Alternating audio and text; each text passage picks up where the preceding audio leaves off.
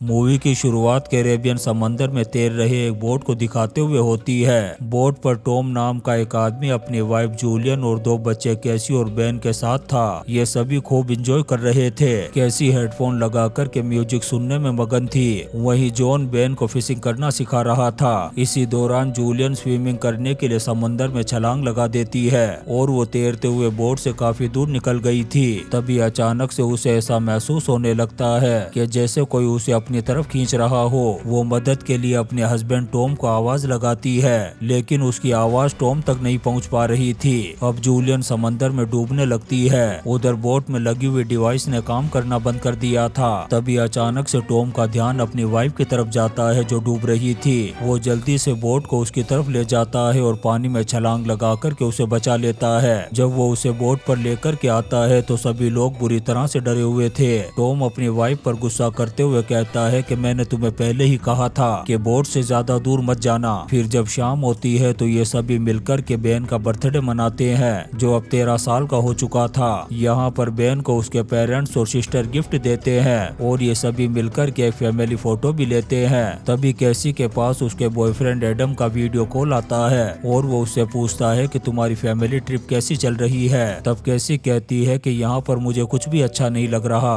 तभी एडम उसे बताता है कि यहाँ का मौसम खराब हो चुका है और बहुत तेज बिजली कड़क रही है। तभी नेटवर्क चला जाता है और कॉल कट हो गई थी। फिर कैसी अपने डैड के पास जाती है और उसे एडम की सारी बात बताती है। तभी अचानक से पानी में कुछ हलचल सी होती है। जब ये अपनी बोट से बाहर समंदर में देखते हैं तो इनकी बोट के चारों तरफ वेल मछलियां घूम रही थी, जिन्हें देख कर के टॉम टेंशन में आ जाता है और अपनी फैमिली से कहता है कि ये किसी तूफान के आने की अलामत है, क्योंकि जब वेल और शार्क मछलियों को लहरों का अंदाजा नहीं होता तो वो ऐसा करने लगती है। तभी एक बड़ी वेल मछली बोट के निचले हिस्से से टकराती है। तब टॉम चेक करने के लिए पानी में उतरता है कि कहीं बोट डैमेज तो नहीं हो गई, लेकिन जब वो ऊपर आता है तो उसके कंधे पर जख्म लगा हुआ था, जिसे देखकर के जूलियन पूछती है कि आखिर ये चोट कैसे लगी। तब टॉम कहता है कि मुझे खुद को नहीं पता, जब मैं पीछे मुड़ा तो ये चोट लगी हुई थी। साथ ही वो जूलियन को बताता है कि हमारी बोट भी डैमेज हो गई है, इसीलिए अब हमें किसी की मदद चाहिए होगी। इसके बाद जूलियन टॉम के जख्म पर टांके लगाती है, क्योंकि वो पैसे से एक डॉक्टर थी। उधर कैसी अपने फोन में सिग्नल लाने की कोशिश कर रही थी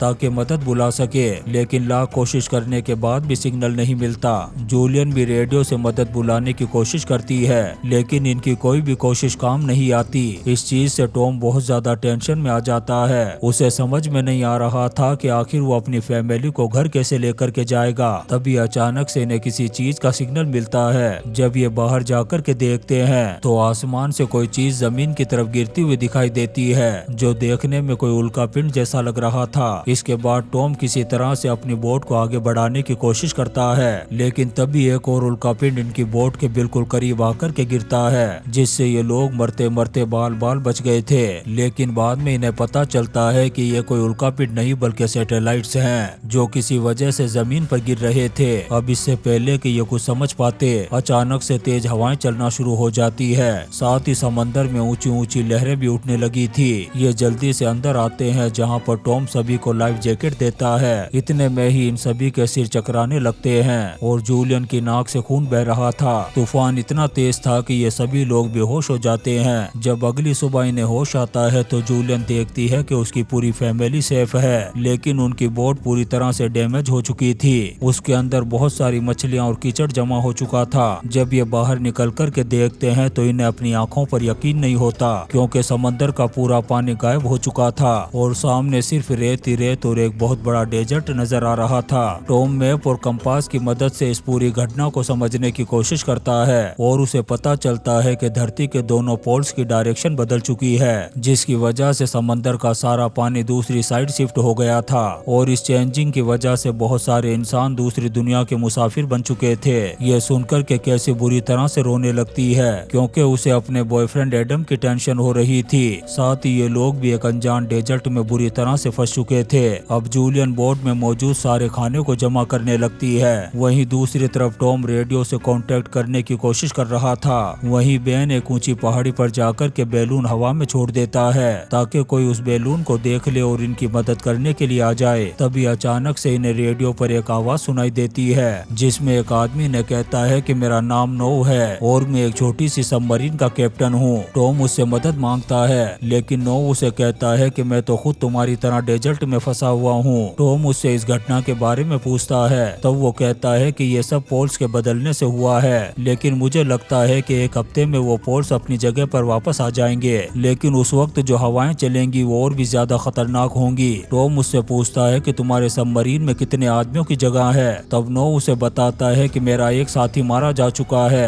और अब 3 और लोग इसमें आ सकते हैं। तब टॉम उससे कहता है कि मुझे अपनी लोकेशन बता दो ताकि मैं अपने दोनों बच्चों को तुम्हारी सबमरीन तक ला सकूं। जूलियन भी अपने बच्चों को बचाने के लिए उससे रिक्वेस्ट करती है। तब वो कैप्टन उनकी बात को मान लेता है। इसके बाद वो अपने लॉक्स के बारे में बता देता है। जब टॉम कोऑर्डिनेट को चेक करता है तब कैप्टन से कहता है कि हम 3 दिन में तुम्हारे पास पहुंच जाएंगे। इसके बाद टॉम जूलियन से कहता है कि हम कल सुबह यहाँ से निकलेंगे, लेकिन ये दोनों अपने बच्चों को सबमरीन के बारे में ये बात नहीं बताते कि उसके अंदर कैप्टन के अलावा सिर्फ 2 लोग और रह सकते हैं। अब जैसे तैसे करके ये रात गुजारते हैं और जब सुबह होती है तो टॉम एक आदमी को देखता है जो इनकी बोट की तरफ आ रहा था। उस आदमी के साथ एक डॉग भी था। टॉम पानी लेकर के अपनी बोट से नीचे उतरता है और उस आदमी के पास जाता है, लेकिन वो आदमी एक ही बार में सारा पानी पी गया था। फिर टॉम जब उस आदमी से बात करने की कोशिश करता है तब उसकी लैंग्वेज उसे बिल्कुल भी समझ में नहीं आती। तभी अचानक से ये आदमी टॉम पर हमला कर देता है और उसके पेट में स्टेप करके उसे जान से मार देता है। जूलियन भी दूर खड़ी ये सब कुछ देख रही थी।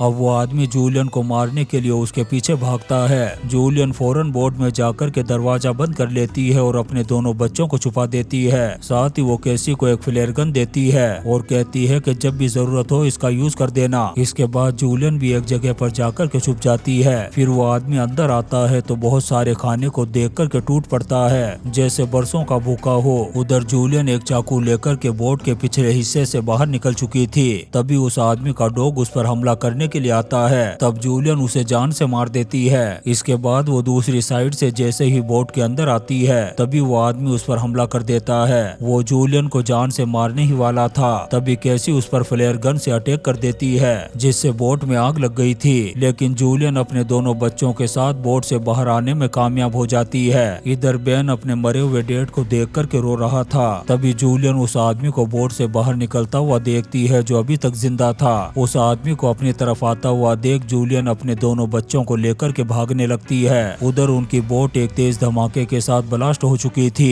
इधर ये एक सेफ जगह देख कर के वहीं पर छुप जाते हैं। इधर बेन अपने डैड की मौत का जिम्मेदार अपने आप को मान रहा था क्योंकि उसे लग रहा था कि यह आदमी उस बलून को देखकर ही यहाँ पर आया होगा। तभी ये उस आदमी को अपने करीब आता हुआ देख कर के फिर से भागने लगते हैं और ऐसे ही भागते हुए ये उस जगह से बहुत दूर आ चुके थे। तभी जूलियन बेन को देखती है जिसे डिहाइड्रेशन होने लगा था और उनका पानी भी खत्म हो चुका था। तभी इन्हें एक प्लेन पड़ा हुआ दिखाई देता है जो शायद तूफान में क्रैश हो गया था। ये जल्दी से उस प्लेन के करीब जाते हैं और देखते हैं कि कहीं इसके आसपास कोई इंसान तो नहीं है। थोड़ी ही देर में शाम हो चुकी थी। तब जूलियन अपने दोनों बच्चों के साथ प्लेन के अंदर चली जाती है। रात होते ही ये सभी लोग प्लेन के अंदर सो जाते हैं। तभी आधी रात को कैसी की आंख खुलती है और वो वॉशरूम के लिए प्लेन से बाहर आती है। तभी वही आदमी जिसने टॉम को मारा था वो कैसी पर हमला करने के लिए आगे बढ़ता है, लेकिन ऐन वक्त पर जूलियन आकर के उस आदमी पर चाकू से हमला कर देती है और तब तक स्टेप करती रहती है जब तक उसकी मौत नहीं हो जाती।